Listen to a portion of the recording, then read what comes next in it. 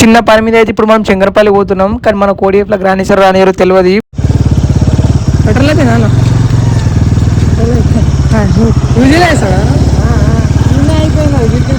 పెడితే కాలేదు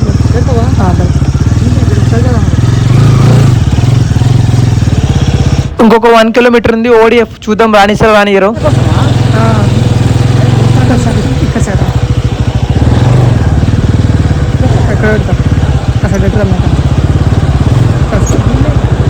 అసలు ట్విస్ట్ అంటే ఈయన మా కంపెనీలో వేసాడు, ఐపీక్యూ అనమాట మా కంపెనీలో. మా ఫ్రెండ్ దగ్గర కూడా శంకరపల్లికి ఎంట్రీ అయితే అయిపోయింది. మనం వీడియో తీయలేము. ఎగ్జిట్ కాడ పోలీసు వాళ్ళు ఉంటారు, వీడియో ఆఫ్ చేయాలి. దొరికినామనుకో చెక్ వేస్తారు మనకు. ఆడైతే మొత్తం ఆర్మీ వాళ్ళు ఉంటారు, మనకు ఫోన్లు గీన్లు వీడియోలు ఏం అలో చేయరు. అందుకని వీడియో ఆఫ్ చేసేసిన.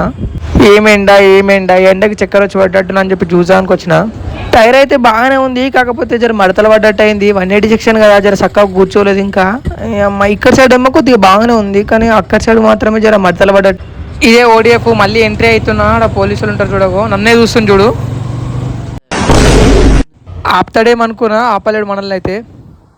శంకరపల్లికి రిటర్న్ అవుతూ ఉంటాయి. తమ్ముడు అయితే మనకు లిఫ్ట్ ఆపిండు. మనం కూడా ఖాళీకి పోతున్నాం అని చెప్పి లిఫ్ట్ ఎక్కించుకున్నాం. ఎందుకంటే ఎండ మస్తు కొడుతుంది కదా, ఎండలు ఎంత తక్కువ సేపు నడవలేడని. వెనకాల మా దోస్తు అయితే వస్తుండు, ఇగో తొండలని చూడకు వీడియో తీస్తున్నా అని చెప్పి సిగ్గు అవుతుంది అనడానికి. వీడియో తీయొద్దని చెప్తుండు.